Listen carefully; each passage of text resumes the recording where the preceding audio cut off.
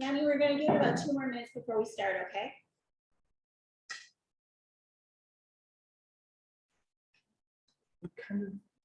Yeah.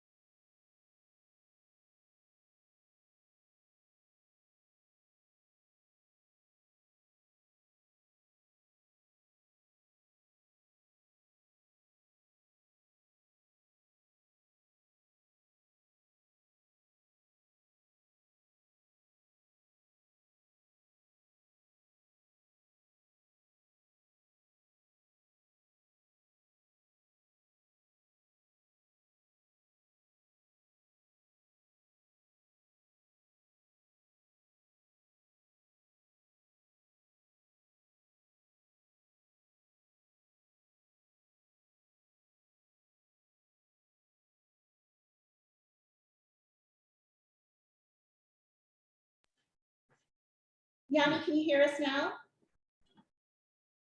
Okay, so you're on mute, so we can't hear you. But I I will. sure can. Yes, I can hear you now. Well, we were just talking about you, so it's no Oh. big deal. Oh, that makes sense. So with that, Joan, would you take the roll, please? Sure. Of course, I got myself. Sonia, And I don't see Sonia, no. Michael, No, Joanne, no, but she should be coming in again, actually. Jean? Jean, I don't see her on yet, no. Joshua Hanson, No, Stephanie, no, Needy, no. Karen, Running late tonight. okay, Jessica. I haven't heard from Jessica. Oh, I'm skipping people who I know are here. I'm sorry. Dan, I know, I'm sorry. Michelle's here. Paul's here. Yep. Jamila. Christy Williams, will you call us out when you have a chance?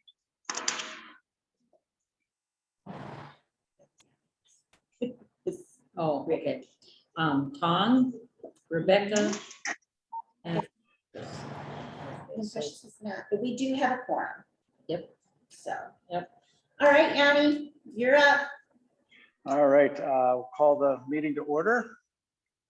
And I have a motion to approve our agenda. I move. Yep, a second. We have a motion and a second. Okay. Agenda approved. Asking all in favor? All in favor? Aye. Agenda approved. But a motion to approve our February Board of Directors meeting minutes. They're not in your packets, they were emailed out last week. So move. Second. Okay, we've got a motion.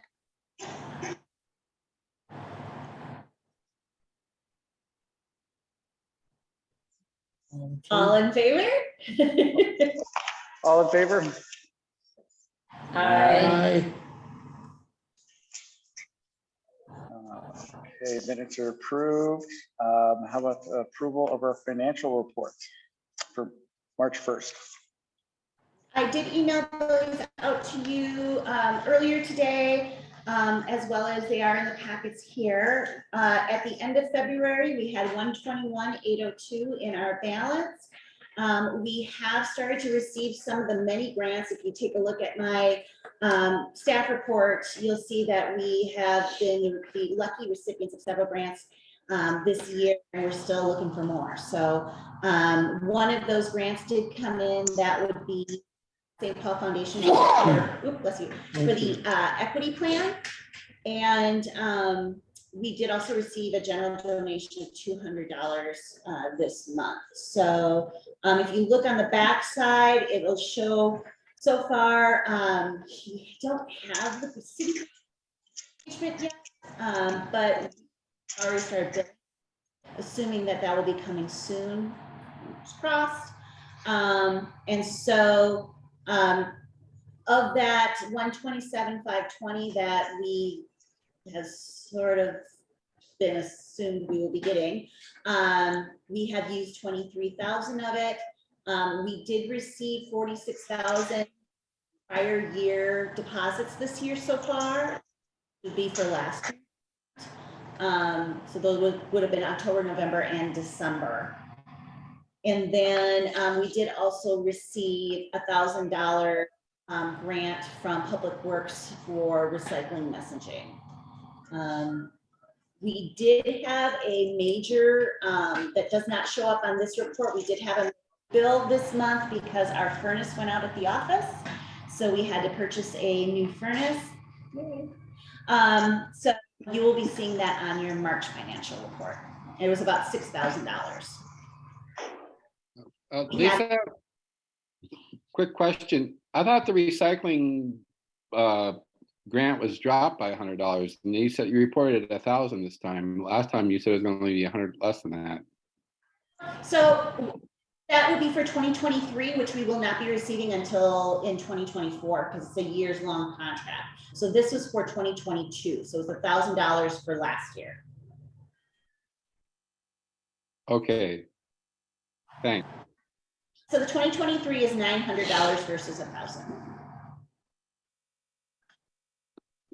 And that is your financial report. If you have any questions, I will answer them.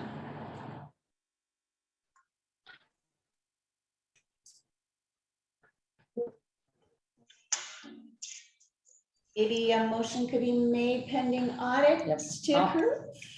I can make a pending audit for the financial overview of February 2023. I will second that. All right, we got a motion and a second. All in favor?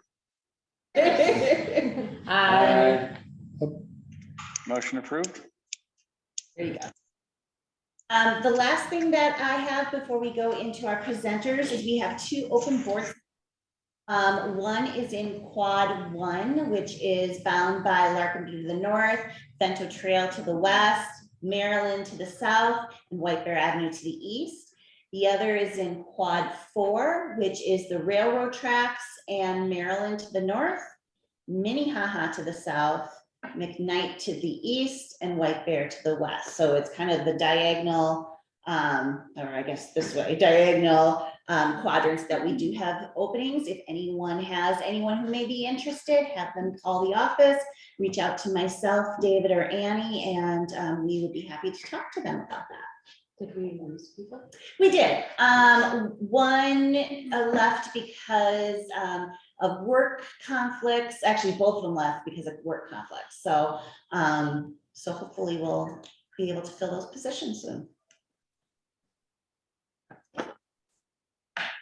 So Yanni, with your permission, I'm going to introduce Emma Brown and Josh. I'm sorry, I don't remember your last name. Josh Williams from the city of St. Paul.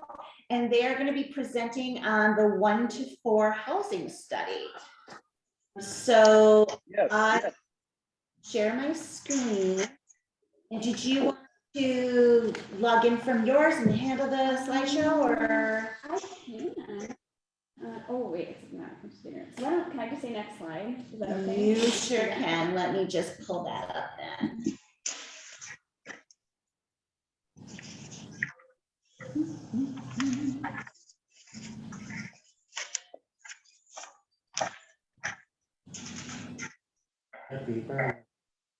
I'm sure someone must remember when you watched film strips in school. And then Yes. All right, let me just get back into Zoom now. Yeah, that wasn't a thing. Yeah. All right, can everyone see that online? Yeah, okay, I see you again. So Yes. get in here. Oops. Slide. move it lots of times, so it's way out of the way. There you go. There you go. All right. Pull this over. and we should be ready to go. Great, well, thanks for having us. Josh and I are both on the One Green Housing Study. And yeah, we're at an important release of planning. I'm gonna ask you, just because the microphone's great, but not fantastic, so. Yeah, will do. All right, so I'm gonna, I guess, we have a little bit limited amount of time, so I'm just gonna kind of go through it. But you can say questions, and of course, the presentation will be shared, so if you want to take a closer look. So, all right, so the next slide there. All right. 2021. Effective as of March 2022. This is focused on smaller homes, made ADUs a little bit more flexible. Phase 2, this is our current phase, has a bunch of different things that I'll talk about in more detail, but just greater diversity of housing. Next slide. Policy direction. This study is called for in a 2018 City Council resolution that calls to create and preserve housing at affordable and low income levels. It did specifically call for a zoning study to allow more multi-unit buildings along transit routes and neighborhood nodes and single-family zoning districts.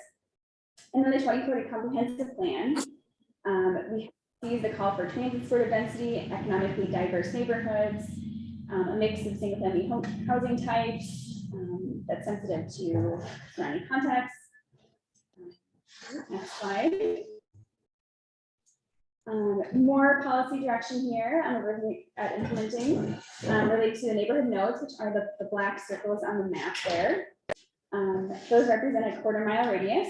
These are planned for focused growth, increased density towards the center of the node. And then for the urban neighborhoods, which are the large yellow spots on the map, we have policies that call for medium density housing compatible with the general scale of urban neighborhoods. And then another policy calls for expanded housing types like duplexes, triplexes, townhomes, and broadened housing choices. So we have, next slide. Our study objectives. We have 7 objectives for this study based on this policy direction. You can look at this more in detail, but it talks about increased housing choices, housing type equity, permitting one-unit housing types by right, which is consistent with our history, using the old code back in 2022, pre the updated 1975. Encouraging and promoting the reuse of existing homes, infill development, especially empowering homeowners, small-scale developers to engage in infill development, and encouraging family size and workforce housing through zoning bonuses. Next slide.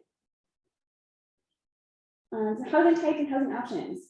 So 1-person housing types are the most prevalent housing type, followed by 2-person households. These are also projected to grow at the greatest rate over the next 20 years. Percent of housing types or households with at least 1 person under 18 has decreased a little bit. Percent of households with at least 1 person over 60 has increased by much more. And then we also have an increase in households with 4 people or more. And then on the right side there, housing options today. 1-unit detached and attached homes have increased. Single-family homes are the most dominant housing type with 50% of the housing units.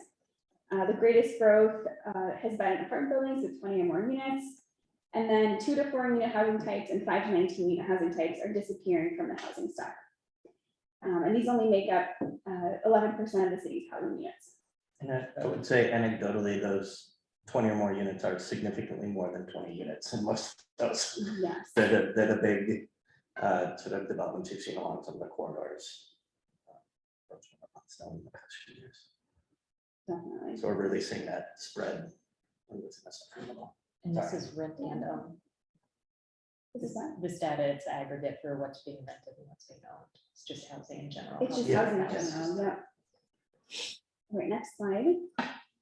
Housing under production. This is a metric that's used to compare metro areas in terms of the difference between the total housing need and housing availability. The Twin Cities is the 13th most underproducing of the 309 metro areas. We're over 80,000 units short of providing enough housing to meet the demand. And then in addition, the new housing that's being built today is not really the affordable kind of starter homes that we used to see being built.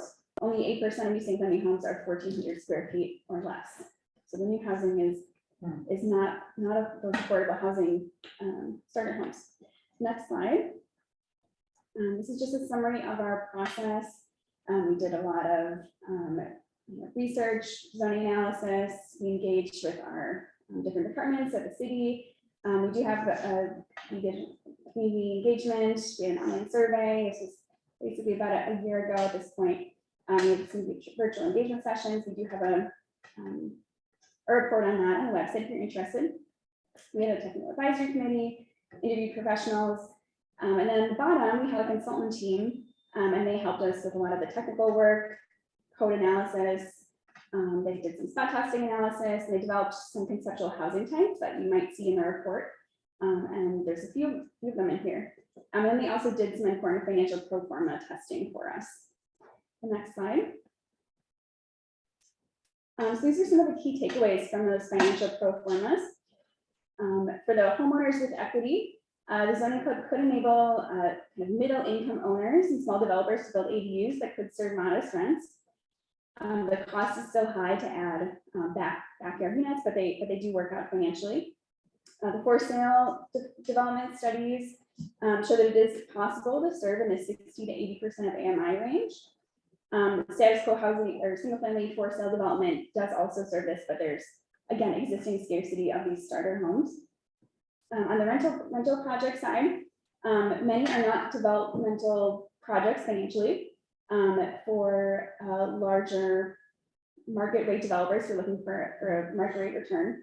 So instead, local developers are more likely to do these types of small scale housing.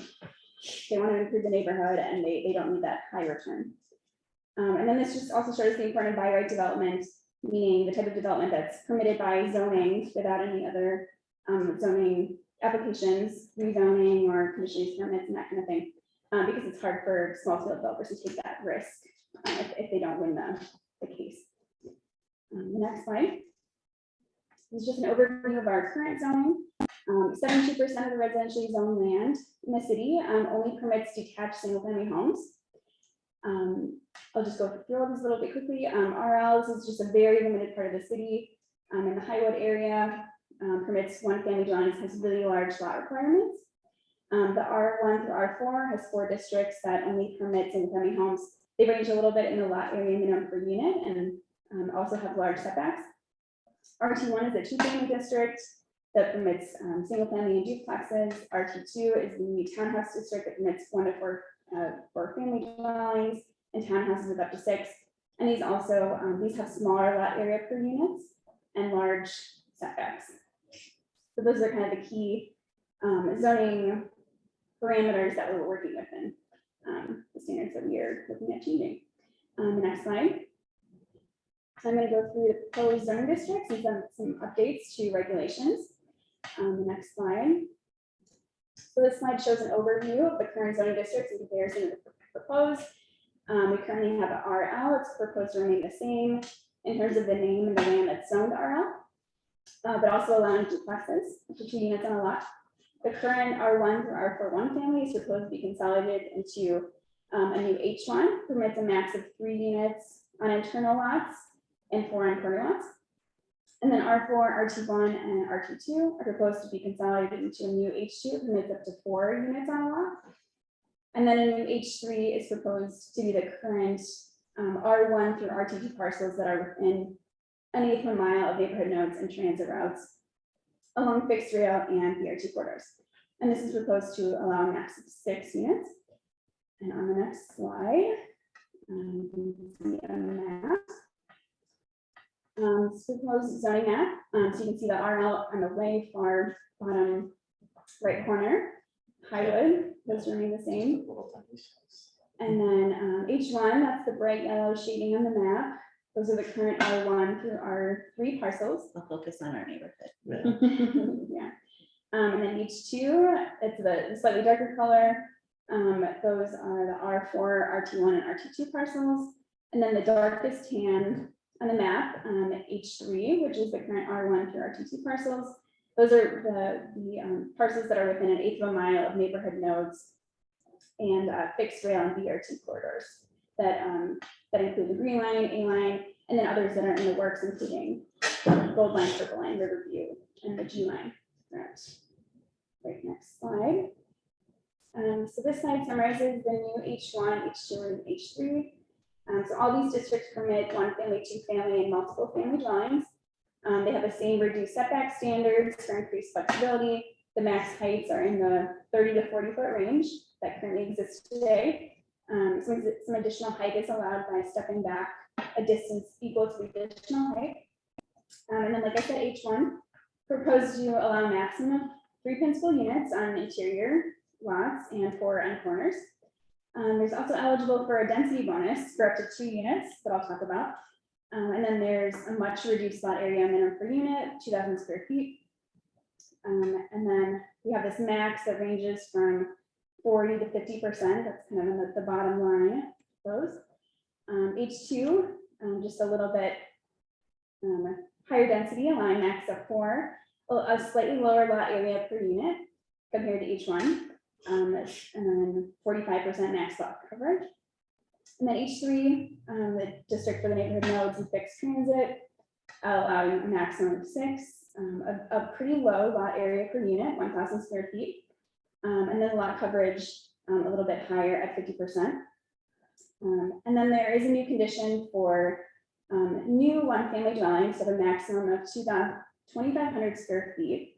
So this is for brand new single-family homes. With this, we're hoping to discourage new large one-family homes and in turn encourage development that's of higher density to make use of those neighborhood amenities and neighborhood nodes and transit routes. Next slide. Just some quick updates to RL. The main changes here are maximum of 2 permitting duplexes, have a much lower lot size per unit and width, and the rear yard setback is greatly reduced. Right, next slide. Okay, so this is the density bonus that I was talking about. So this is for providing workforce or attainable housing. This is the 80% of AMI or family size units. These are objectives of the study. The density bonus, or what you get, is 1 or 2 additional units beyond the max number that's already permitted. So H1 and H2 would be permitted to have 5 or 6 units on a lot. And these do not count towards the lot area minimum per unit standard. And there's also an incentive of a 5% additional lot coverage. And then how to get the bonus, providing 1 or 2 units that's affordable at 80% of AMI for at least 15 years, has the same floor area as at least the same floor area as another dwelling unit. And then that's to ensure that the affordable unit is comparable to the other units. And then the other option is providing 1 or 2 principal units that's at least 3 bedrooms or more. So I'll just go through one of the examples in those boxes there. So on a 4,000 square foot lot, the maximum number permitted by right in H1 is 2, lot coverage 40%. But if the developer wants to take advantage of the density bonus, it has 2 80% of AMI units or 2 family size units, then they would be allowed to build 4 units on that 4,000 square foot lot. And the maximum lot coverage would be increased to 45%. So there is the ability to build it at a higher density for providing these 2 types of units that the city is hoping to increase. The next slide. These are our cluster development standards. These are modernized for greater flexibility and allowing more housing types, additional neighborhood scale dwellings on larger lots if there's adequate common open space. So all housing types of 4 units in one building are permitted. Maximum street frontage requirement is replaced with a minimum lot size of 9,600 square feet. That's about 2 commonly sized 40-foot lots. There's a max of a ½ acre. Protect against property acquisition of an entire block. They're proposed to be a permitted use with the option for a cup that is on the next slide. Talk about, and then the cluster still needs to meet the dimensional standards of the zoning district, except for the lot coverage because they are allowed to have a slightly increased lot coverage. And then propose that 1 ADU for each one family dwelling is permitted within the cluster development. So this is just allowing for more flexibility. And then there's also just some regulations for the principal buildings in terms of facing common open space or the pedestrian path. On the next slide. There's some more images of what classic cluster developments look like. So the common open space has to be an area that's 150 square feet per unit. To ensure a usable area, contain landscaping, lawn area, impervious surface cannot exceed 75% of the area. Roads for pedestrian path, community building. There's also an initial use permit option, and so with this, the developer would be allowed to have a lower lot area per unit if all of the floor areas of the dwellings are under 600 square feet. And this is kind of targeting like tiny homes, yard homes, if you are familiar with that, allowing those at a greater density level. Next slide. We're going through the ADU standards. We do have just some proposed updates to increase flexibility. Proposed that there could be 2 for each one family dwelling on a lot. Right now, you can just have 1 total. The unit size is proposed to be 800 square feet or 75% of the floor area, whichever is greater. This is increasing equity for properties that are with homes that are smaller. So it's kind of has a baseline of 800 square feet, no matter the size of your home. The maximum height is 25 feet, regardless of the height of the structure. This again, the current language is more limiting to lots with shorter principal structures. And then those 3, the line on the bottom, those are all the same. There's a unit occupancy between the principal dwelling unit and the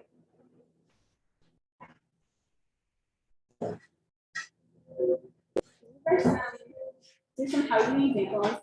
Online, we do have a lot more examples. Oh, sorry. Okay. Sorry, I was also Yeah. working with the computer there. So we do have more examples online, but I just want to show you one with 4 units.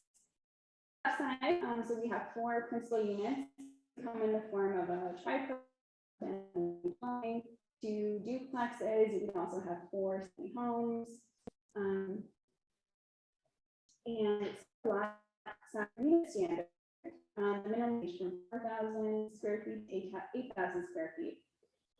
Using the density bonus to have 1 unit on the lot, that would permit 3 units by right. So that's a little bit of a lower lot area that's required. So that's 6,000 feet and 4,500 square feet. And then on the right, we have a duplex in the front and a 1-family dwelling with an attached ADU. So even though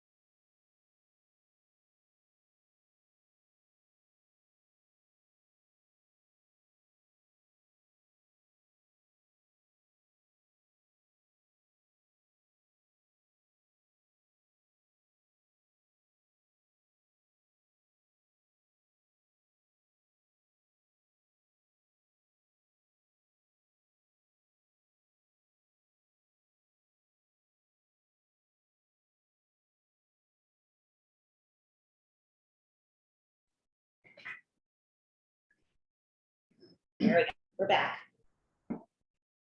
great. So these are some I think there were 2 people on here. We have some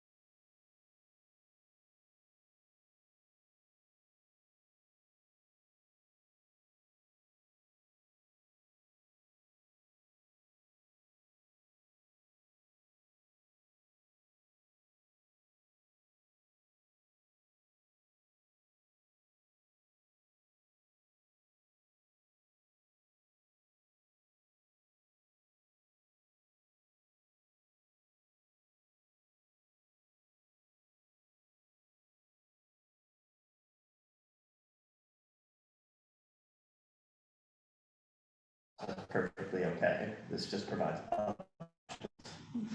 That's a thing we'd like to emphasize as well. Yeah, it sometimes gets branded as like eliminating single family zoning, but it's really like single family only zoning that we have, so. And if you look at a lot of lots, they're just challenged most. There aren't as many that have this space and configuration to be this, but what we're trying to do is provide equity in that, and then, you know, over time, people basically take advantage of these opportunities. All right, then number 3, so this also utilizes a new lot that we are proposing, which is a back lot, so that's that back blue lot that doesn't have street access. It only has access to the alley, so it makes use of our alleys that we have in much of the city. And then using that new reverse flag lot that uses the street and the alley. Then for lots not an alley, on the right side, again, the kind of classic vertical lot split that's already permitted. And then at number 5, a horizontal lot split resulting in a flag lot that's already permitted, and a just kind of a smaller typical lot. So 2 and 3 are kind of 2 new arrangements to offer more flexibility. Next slide. This is our anticipated schedule here. So we've gone through a comprehensive and neighborhood planning committee. That's a committee of the planning commission.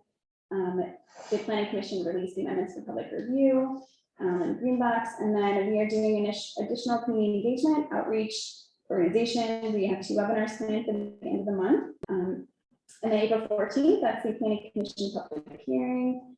And then kind of goes through the process of the CMPC and staff reviewing the public testimony, recommendation to the full planning commission. And then that planning commission, they will make the final recommendation to city council in the summertime. So we're looking at potentially a midsummer adoption, and then taking into effect later summer. So that's kind of the timeline. And the next slide there, we have some ways to engage. So we have a project website that has the staff report memo. It's a kind of a longer version of this presentation if you want to dig more into that.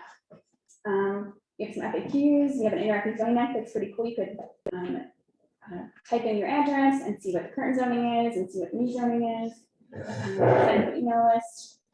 And we have 2 webinars that we are planning. We have a lunchtime one and then an evening one at the end of the month. And then opportunities to send comments for the public hearing by email or by mail. And then feel free to testify at public hearing at the planning commission on April 13th. So yeah, we appreciate your helping with promoting these opportunities. And I guess we can take any questions. Go back to any slides if people want to see those. Does anyone have any questions for Emma or Josh? So where exactly do you have your sites picked out? Where you want to build or where you want to, these things to take place?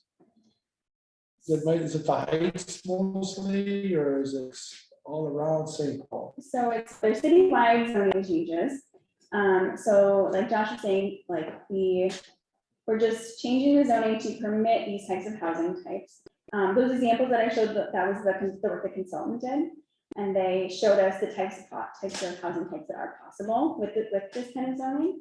So I guess there are not that many empty lots in the city.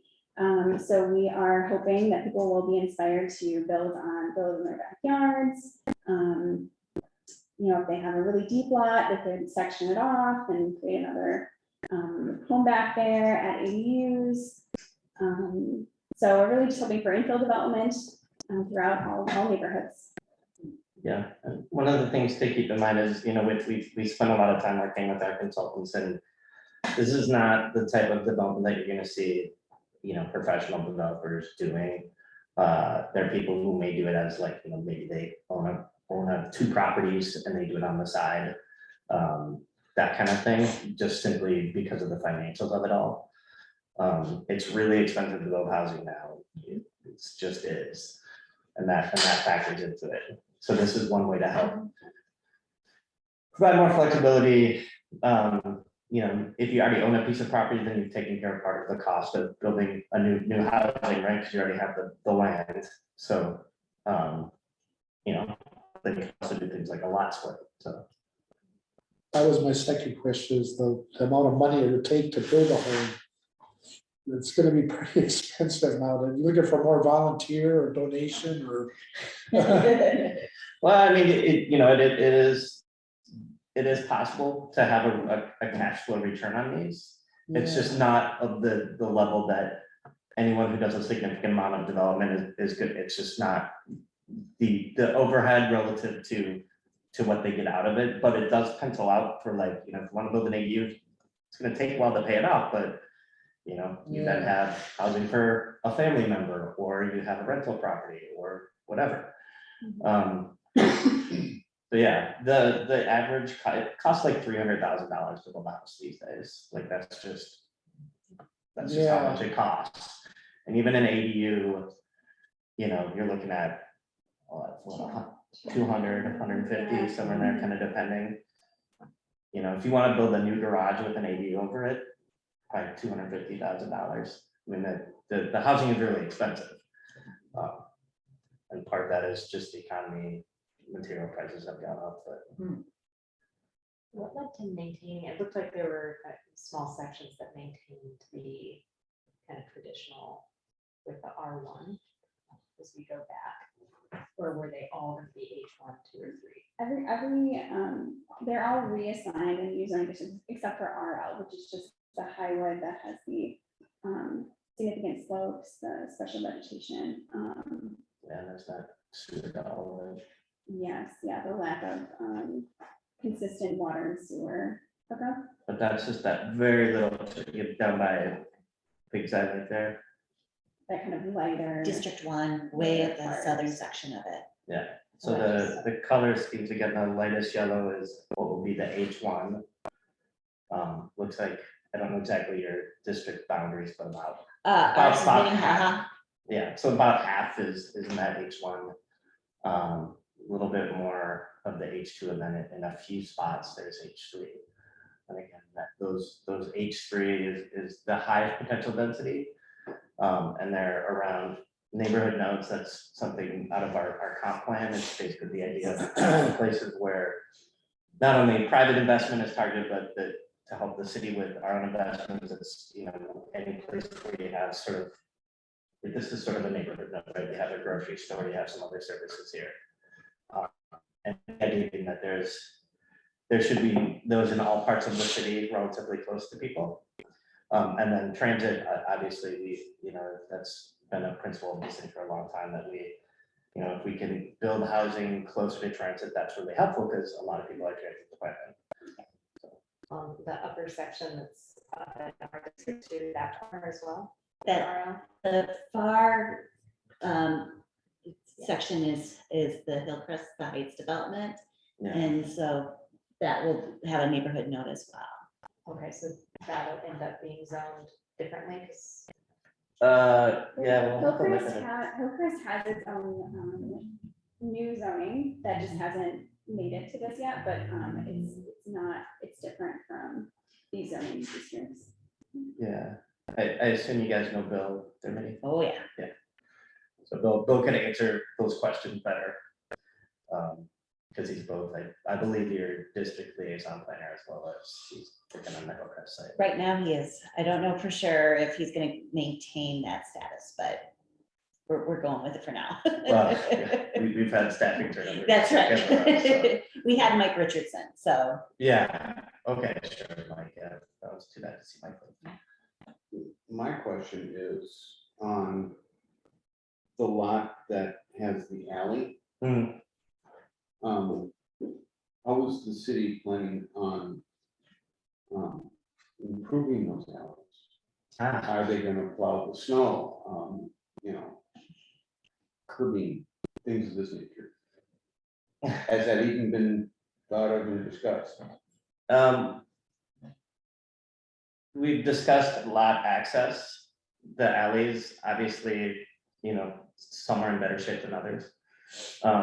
That is sort of one of those third rail issues of St. Paul politics, and a little bit beyond our scope, but pretty much no matter what, if you have it, whether you have an alley or not, you're still gonna have to have an access easement and a utility easement going out to the street.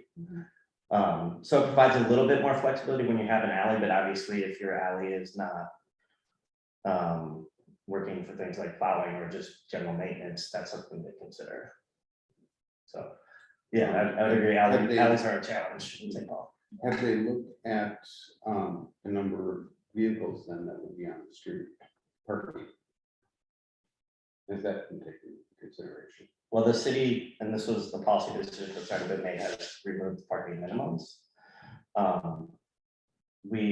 The idea behind that is that there's more of a market-based approach, right? So that, you know, if you have your own house, you probably want to have your own off-street parking if that's what you want. And for larger developments, most of them are able parking of some sort anyway. But yes, it is potentially more cars on the streets, and it's already a challenge with plowing. And not to mention just, you know, having a place to park your car. I've lived in neighborhoods in Minneapolis and St. Paul where parking is very scarce already, so it can be a challenge. Yeah, it's definitely just like a trade-off with the study, you know, with the housing shortage and providing more housing to accommodate our growing city. You know, it's not always an ideal situation, but it's just something that we have to manage. Yeah, and I'm to ask that question or make that comment. But it really needs to come in writing or at the public hearing for it to be sort of officially incorporated, but I think those are very valid points. You know, as part of the ongoing process of the study, those will be considered and responded to, and, you know, I mean.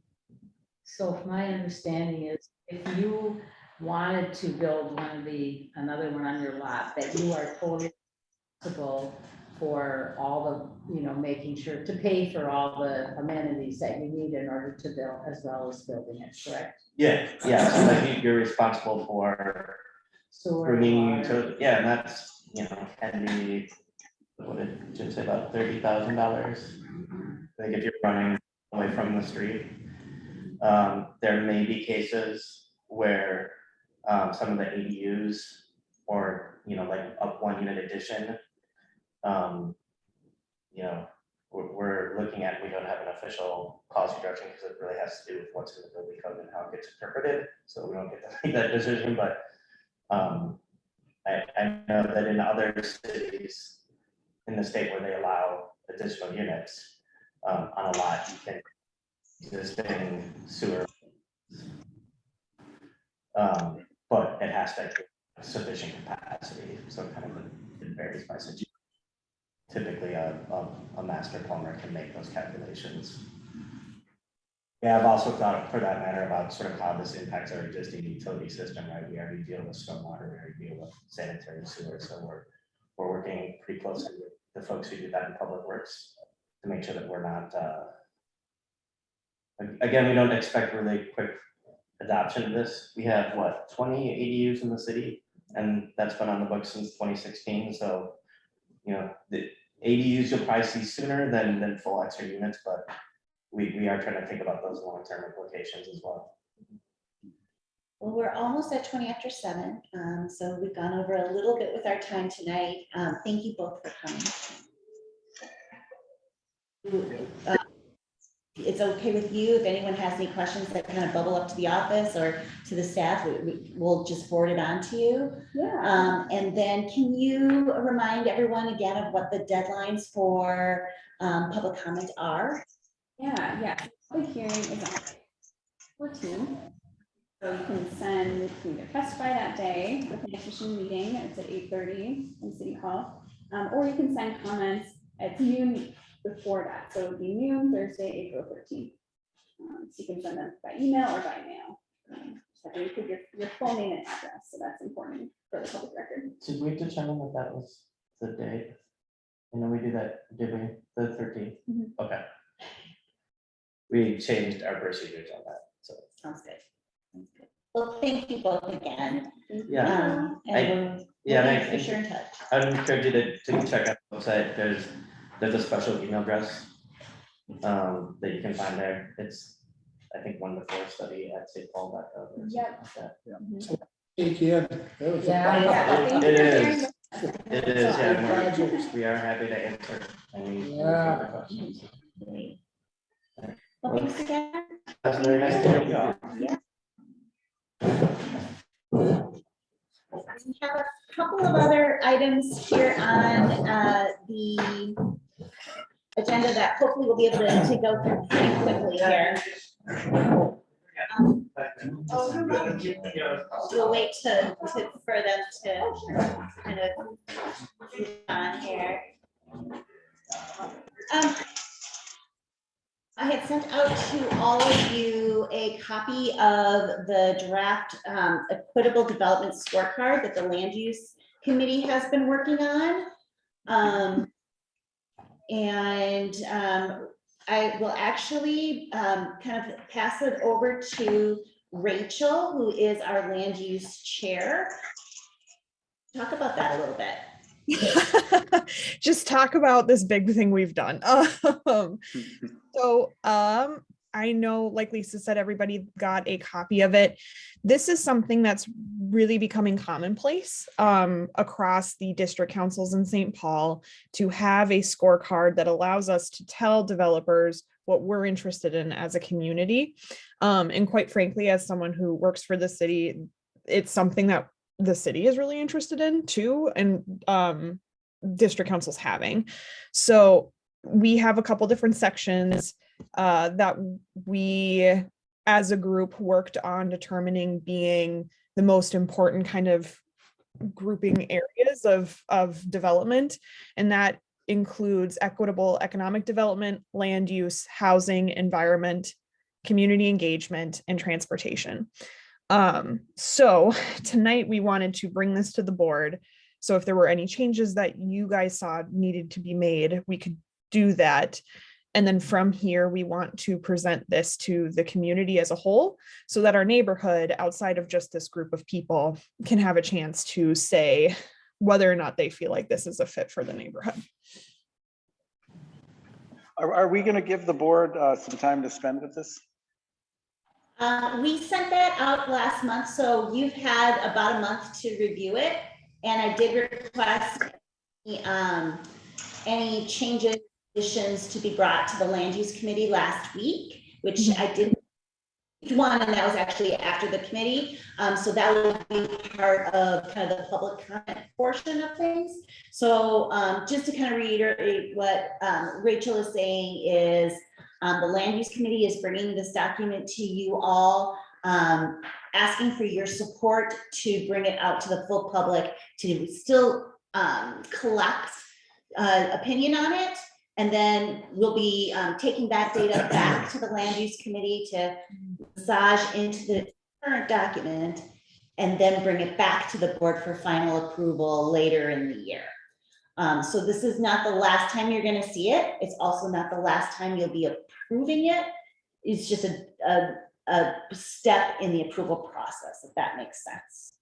So if we had like one just language clarity thing, we could just submit it with Yep. that and then. Yeah, absolutely. So basically it's can we start moving this out to the public? Yes. That's. So that's the question, and we would need a motion for that. And I think the land use committee chair may have had a motion on that. Yes, sorry. I would like to make a motion to approve to bring this out to the community in an engagement. We have a motion, we have a second. Is there any discussion? Not right now. Okay, that makes it easy. All in favor? All opposed? And then you made the motion, so I can't abstain you, so. Okay, okay. All right. And like I say, we will probably be sending this out to the public with some of the other things that we're doing this year, including our equity plan. We'll be showing folks our strategic plan that was approved last year. I think this is going to be kind of part of a reintroduction of the district council to the neighborhoods. So we have lots of events this year that I keep harping on, that we have a ton of events this year. So we'll be kind of incorporating some of that work right into those events so that we have an opportunity to meet with the public and they can see what we're working on. So my intent would probably be to collect that information and those opinions until July-ish, and then bring it back to the land use committee, with probably bringing it back to the full board in August or September. Sounds good to me. Good. Okay, Yanni, if it's okay with you, can I bring up the Hafner site deal? Please, let's talk about that a little bit. So this is the deal. David and I met with Nelsie and our Councilmember Yang and her aide in our general monthly staff kind of meeting that we have. And the topic of the Hafner site, which is, for those of you who may not be familiar, is the large vacant lot that's right in the center of Hillcrest Center, right on White Bear Avenue. And there was an RFP process that was put together. I think there's like 7 proposals that was submitted. And then the city weeded it down to 3. There is a group from the city, and they're primarily planning and economic development staff, and then Nelsie's aide. And they weeded it down to 3. Then that 3rd one doesn't really quite fit, so they weeded it down to 2. And the is for them to interview the developers and then make the decision in April.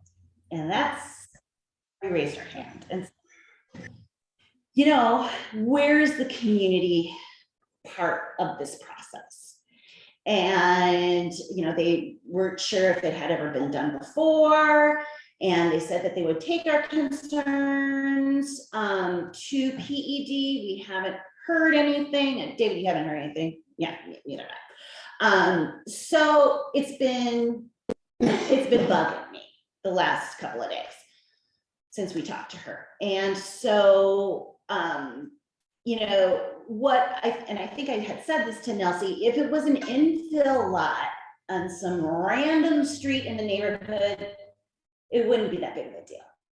This is a huge lot, center of our neighborhood, where everyone has been waiting 20 years. 25 years for something to be built. And it also has the potential to spur further development along White Bear Avenue. It has the potential to spur actual re-looking at the avenue itself, you know, whether that be a 4-3 conversion or some sort of, you know, slowing down of traffic. And so I don't do this often, but I'm gonna ask the board if you think that staff should write a letter of discontent about this process. Of course. Totally agree. Motion to approve. You can pretend you're not listening to this. I want to hear from all of you if I'm on the right track with my discontent, or if it's just Lisa with a knee jerk. I want to hear from you. So there it is. That's where we're at. Did they say what the proposals are? No, that's another thing. We have no idea what the proposals are. Or who the Yes, proposers. very strongly worded letter. Yeah, because at 7 proposals, we should have had an idea of something at that point, instead of, through the grapevine, I think we heard about 2, and that was it. Yeah. At that time. And we only got presented one proposal. Is that right? Yes, officially 1, right? We only heard from one. Yes, we only heard from one developer, and we don't even know if they were one of the chosen 2. Oh. I want to add to, just to clarify, so the standard of operations for PED is, this is a closed process. And we're saying like, you know, well, maybe it shouldn't be a closed process, maybe there should be some community engagement and some chance for, you know, discussion, especially when the decision being made is so important to the neighborhood. Well, and to add on to that, I mean, historically, planners have been very, very strong and very powerful. And like I say, an infill lot on Stillwater Avenue, totally different story. And I don't expect us, I mean, I don't want to slow down the process. I want it to progress and continue. And I don't even expect the full community to have like the final vote, you know, I'm thinking of American Idol and the call-in line, you know, I'm not thinking about that. But to do all of this without us knowing anything really feels icky, Yeah, I to be agree. honest. It does, especially after the last 2 years of, so much of our properties being bought by outside entities over the course of COVID. It's very concerning. Tom, you had something to say? Yeah, I totally agree. I mean, the city's been trying to work with community and saying they're going to work with community for the last couple of years. I think if anything, you should, as the executive director, you should have had a spot on that planning commission or whatever they're doing. I don't think any board members would be able to make it, but just having you as the voice, as the executive director of the community council, would be the bare minimum. So at least you could report back to us saying these are the proposals, this is what they're looking at, and so at least we have an idea of what's going on. So I'm gonna ask someone to make a motion. I will more than happy draft a letter and send it out to you for viewing. But I need a motion. I make that motion. I don't think you have to worry about that one. Strongly worded. Yeah. Oh, yeah, I like to I poke. mean, this has been tried Cautiously but before. I've been on strong. this board for what, 8 years now? We've been waiting a Something like long that. time for that 8, 9 lot. years That I've been on bothers. it. I think been they tried can lump before. whatever they want in So, my no. property, in my, yeah. I own the east side. They don't know that about me. Well, I feel like that, I really do. I feel like we own the east side, and why in the world do people don't even think about where we live? Tell us what we have here. That's what bothers me. This is something else you should know. Nelsie is aware. She is aware. Okay. And she will be Isn't there? Okay, well. Okay. My intent would be to send it to Dan Bears, is the PED staff who's kind of convening the group. It would go to Director Goodman, who's the director of PED, and then probably at least Nelsie and Jim, council members for the entire city council. I've got to jump in here real quick here. Joan, would you mind wrapping up the rest of the meeting for me? John, I've got to run. the rest of the meeting. Okay, I can handle that. You go to work. Thank you, thank you. All right. Have a good rest of the evening. The letter I didn't hear. Oh, no, that Nelsie is aware because it was through that conversation with her. She did ask if it had ever been done before that the city had invited community in, but we've never had a development like this before. Right, so, Between that and the Heights, that's as big as it gets now, and this is huge. yeah, That's why these boards are so more important than ever before now. Yeah. So we're making a huge impact. Isn't necessarily what we want to hang our hat on for No. ethical practice. Right. no, And Exactly. good example too is like the Hams Brewery site. They had, the public didn't get to see any of the proposals, they picked one closed box. They went and did some public engagement on what people wanted, but then they took the proposals and decided on one and announced that. There was no engagement during that process. You have a motion? I have a motion and a second. Oh, yes. Yeah. So I guess all in favor, Aye. all opposed, one abstention. So my intent then is to draft that in the next day or so. I will send it out to you to see if it's strongly worded enough. And with the intent of getting it out to them next week. Mhm. Do we know when they're doing, because you said they wanted to have a final in April, were they gonna do the Interviews in the next 2 weeks. That's why I want to make sure that, yeah, Do we wanna try to get it by the end of the week? Like, oh, I feel like we should turn around and review really quick if we had a chance. I can do that. Is that possible? Oh, yeah, I'll be here all day tomorrow. Yeah. Barring snowstorm. Then I'll be typing at Don't home. you use those nasty words. Yeah, right. Yeah. Okay, yeah, I can get that out to you all tomorrow afternoon and then give you till noon on Friday to review. Sounds good. Yep. I told you I'd be quiet, but it didn't last. I know, I appreciate that though. Well, that one was worth it. Yeah. Like I say, that stuff's got to stop, Well, you know, just pushing it right down our throats. Okay. and just- Also, Yeah.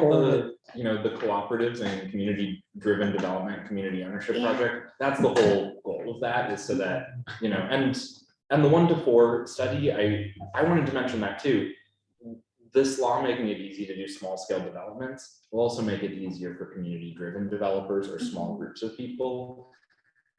So, it helps us take some of that power back from the big developers. That's good, yeah. Mhm. all right. Okay, the staff reports, were there any questions about them? They were sent out. Anybody have any questions about any of those? Otherwise, do we have any neighborhood concerns other than plowing, alleys, potholes? I mean, does anybody have anything else that they'd like to bring up for a neighborhood concern? Well, recycle got picked up. Finally. I actually saw a plow truck go down the street with the blade on the ground. Holy buckets. Came down my street Wow. Wow. and it was still That's snowing. impressive. You know, they've been salting the crap out of mine and now it's all like, it's a gravel road now. Yeah. So they're gonna have to resurface probably and, No, good luck.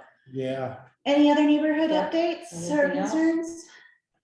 It's caucuses for the whole city of St. Paul this Sunday. If you're interested in who's getting the DFL nomination for city council, that's especially if you're in city ward 7, because Nelsie up here north of Minnehaha is running unopposed, but south of Minnehaha, it's 2, maybe more, maybe 3 candidates I have 4 4 for Jane's. for James. Yeah. Yeah, and that'll be, who gets the big pot of money from the DFL will be decided at the neighborhood caucus. So if you're available Sunday, I meant to have a like how to be effective at caucuses handout from Isaiah, but I can send it out to anyone who's interested. And we will make sure that the other parties that are represented in the state will also sure have caucuses of some sort, and we will get that information available to Oh, folks. yes. too, Yes. Because we cannot We have to get. do one Yeah. party, absolutely. Okay. All right, There's no other business, then I can ask for the special words. Adjournment. Anybody want to make a motion for Motion adjournment? to adjourn.